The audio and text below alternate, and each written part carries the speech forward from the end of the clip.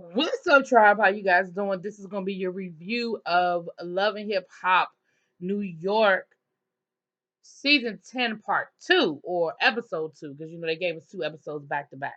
So this episode it picked up where we left off with Yandy and Chrissy and Kimbella down to the I'm not on parole no more party.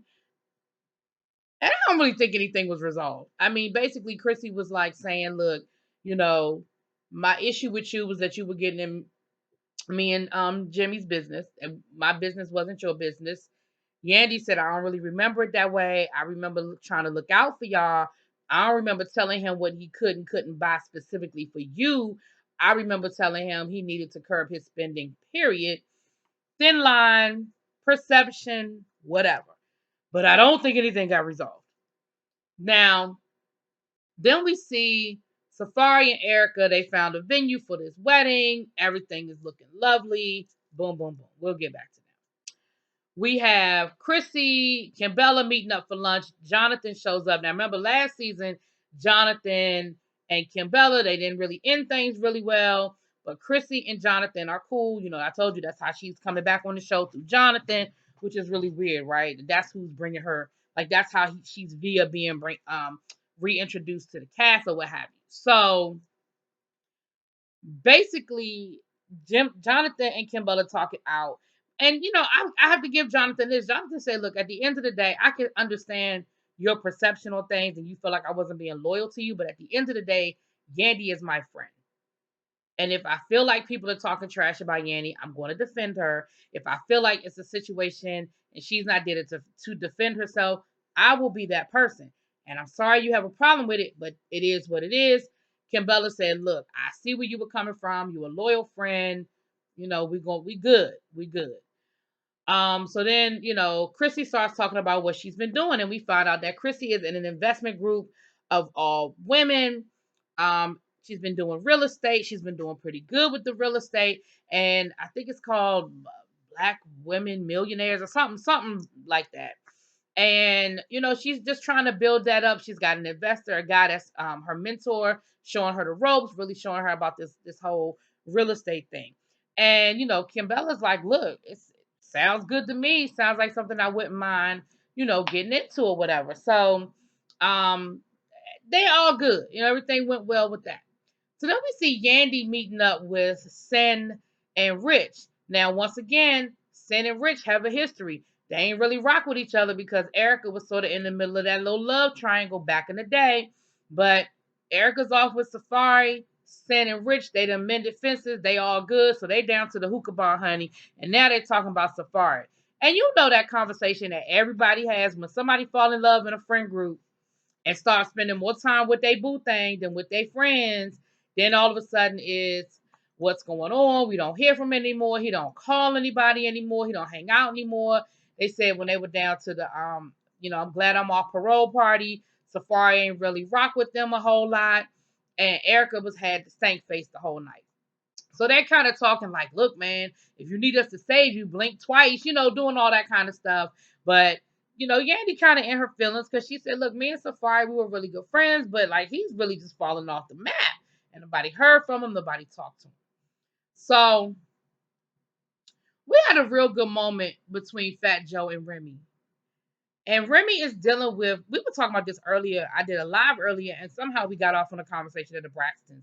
And we were talking about Trina Braxton, Tracy Braxton, and when Tracy got pregnant, how she had to make a decision and the group had to move on. And we were just talking about women being able to balance or having to balance motherhood, especially in these high profile jobs like entertainment, stuff like that. And so Fat Joe was letting Remy was saying, look, I'm nervous. Like, I know I have this project coming out. I know it's been real anticipated. Everybody's waiting to hear what I have to say, and I'm nervous. And Fat Joe was like, you should be. You should be. He said, this is what I need you to do. He said, I love my goddaughter. I wouldn't do nothing to change it.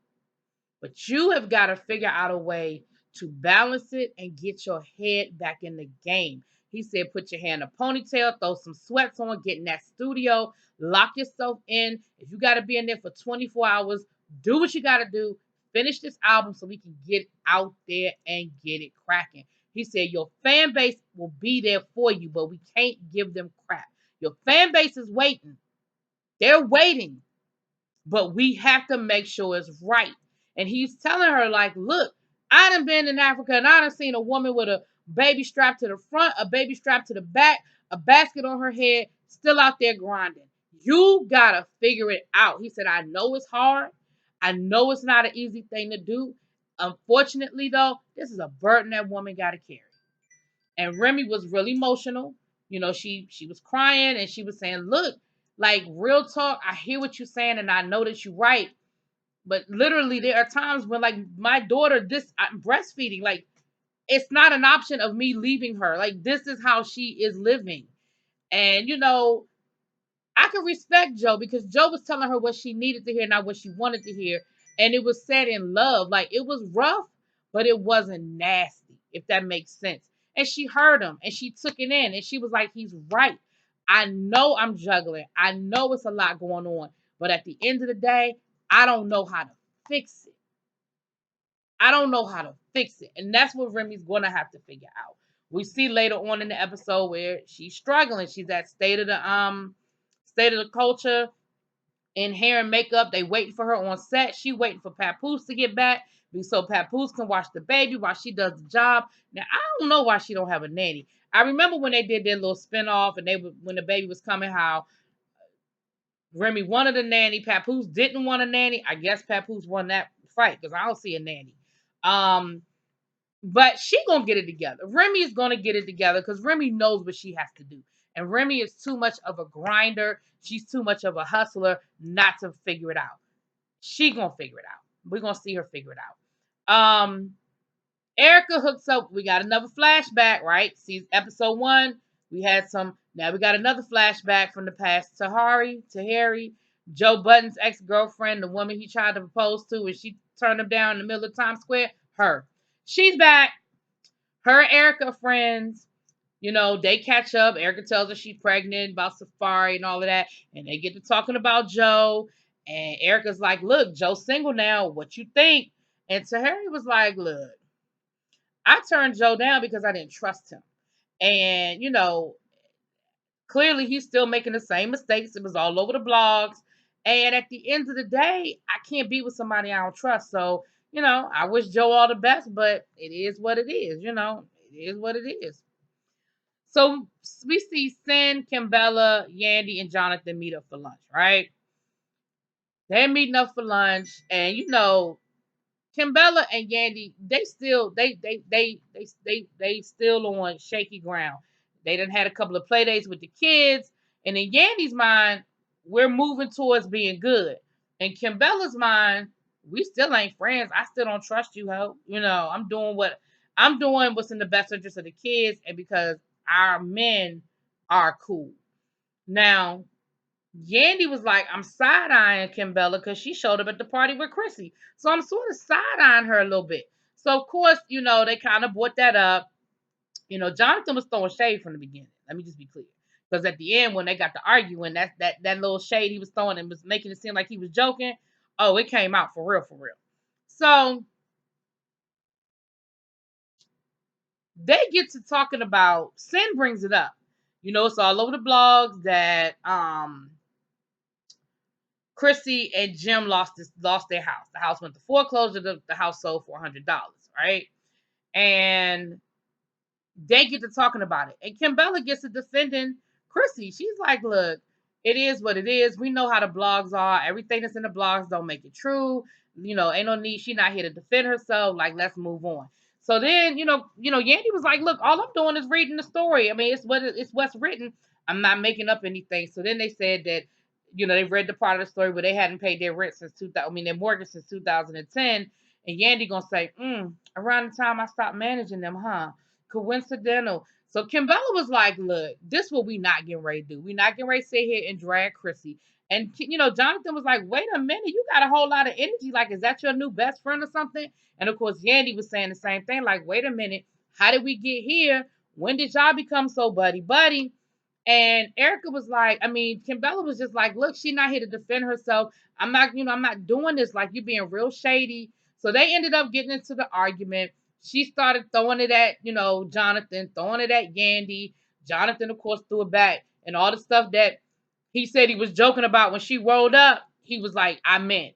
He was talking about her wig and talking about her being in the spandex. Because at first he was like, girl, you look good. You just had that baby. Now, all of a sudden, she in spandex and she, look a hot mess or whatever.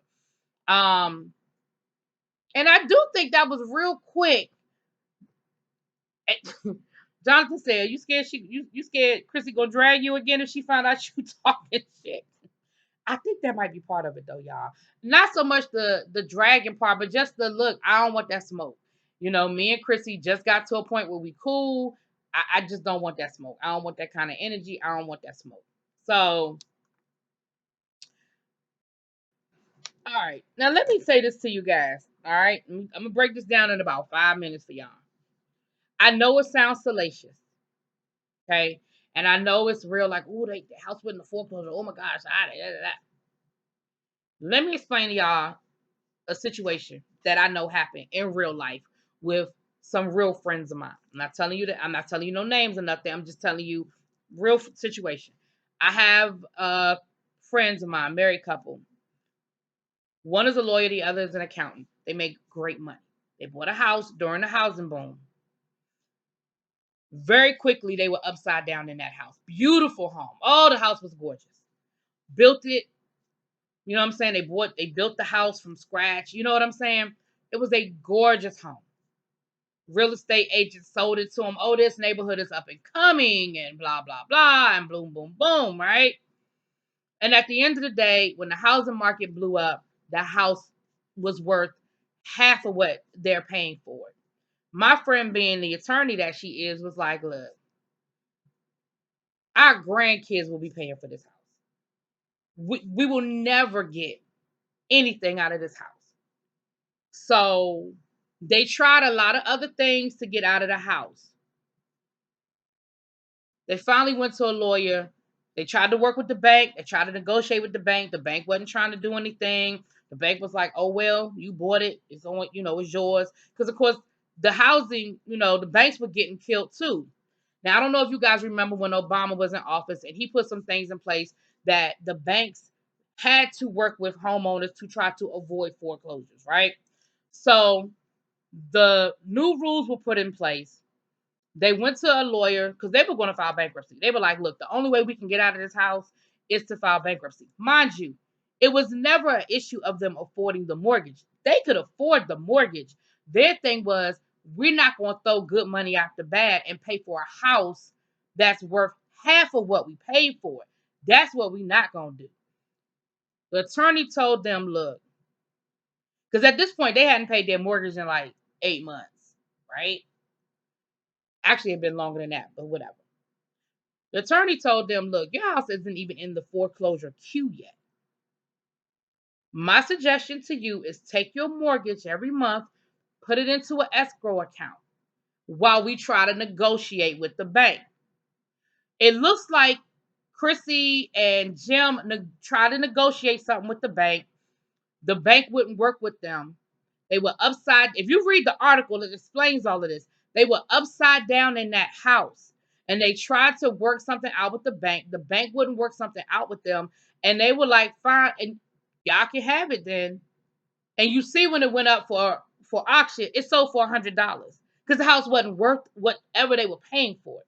Same thing happened with my friends. And the only reason I'm not defending Jim and Chrissy, all I'm saying is I read the article. And when I read that article, I was like, oh, this happened. I know this happened. Now, what happened with my friends? They lived in that house for almost 2 years, never paid another mortgage, never made another mortgage payment. Finally, they finally worked something out with the bank. I ain't gonna get into all of the specifics. They finally worked something out with the bank and they were able to get out of the house. Now, they still took a hit to their credit, all of that, right? But they hadn't paid a mortgage in almost 4 years. So once they were able to get out of that, they took the cash that had been sitting in that escrow account, and what you think they did with it? They went and bought another house. Because at the end of the day, cash rules everything around me. Your credit is needed when you don't have the cash.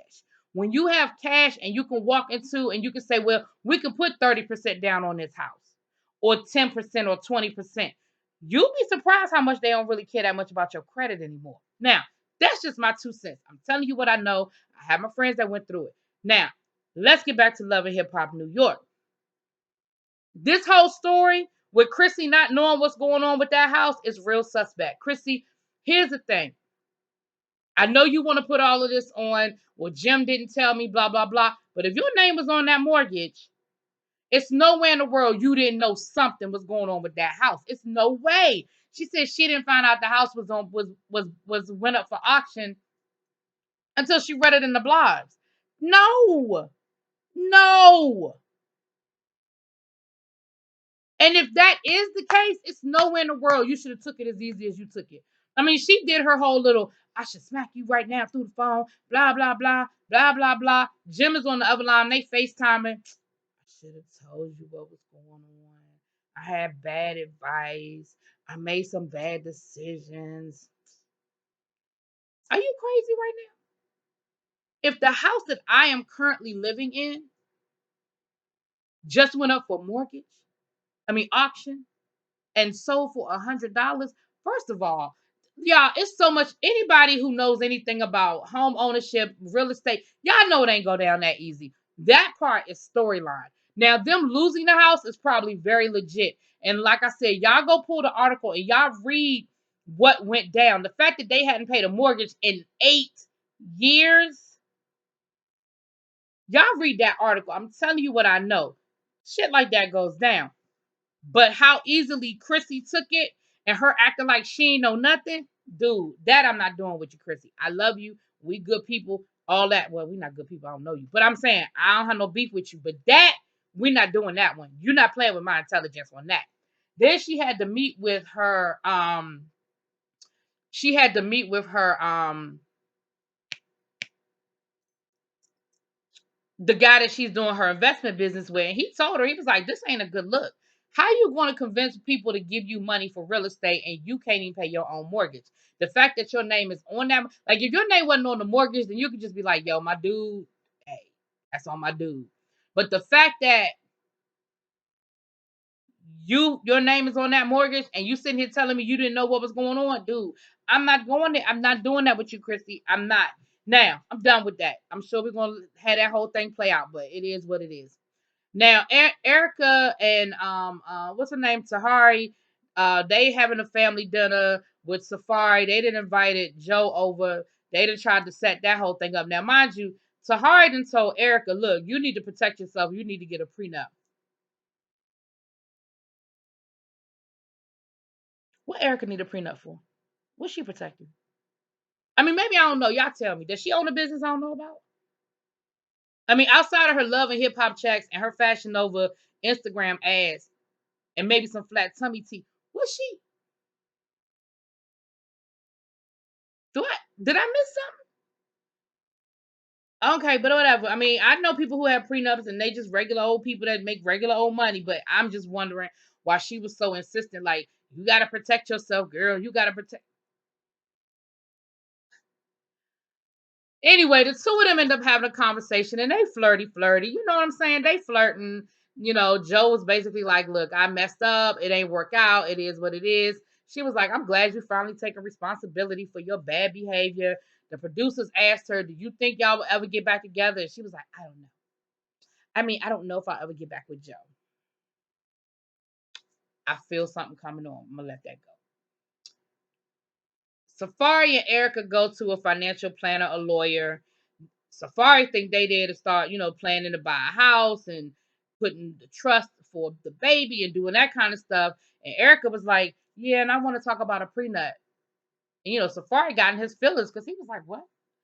I didn't know that's what we were here for. He said, and why would you wait until we were here in front of like this dude who I don't even know? Like, that's a conversation me and you should have had behind closed doors. Now, y'all know they done brought up the blogs with that whole situation with Safari supposedly proposed to the girl down into the Jamaica who was on 2 episodes. They make it seem like she was on Love and Hip Hop Miami like that. She was on like 2 episodes. Don't nobody know who she was. Don't nobody remember her from Love and Hip Hop Miami. But anyway, and And of course, Safari denied it and was like, "What you talking about? It's the blogs. The blogs lie all the time." Anyway, um, and Erica was telling him, like, "Look, I just want to be protected. Like, my biggest fear is infidelity." And because she was like, "Because if you cheat on me, I want half." He was like, "What?" He was like, "Yeah, that's not gonna happen." He was like, "Even if I do cheat on you, you're not getting half of nothing. Like, that's not how that's gonna work." And he told her, he was like, "Look, that's cool. If you want a prenup, that's cool, but we ain't gonna do it this way. I'm gonna talk to my people. You gonna talk to your people. They're gonna sit down and negotiate something because it's stuff that I want too. There's stuff that I want to be protected from too. So if that's what we're gonna do, then that's what we're gonna do." So, I mean, do I think they should get a prenup? Yeah, probably.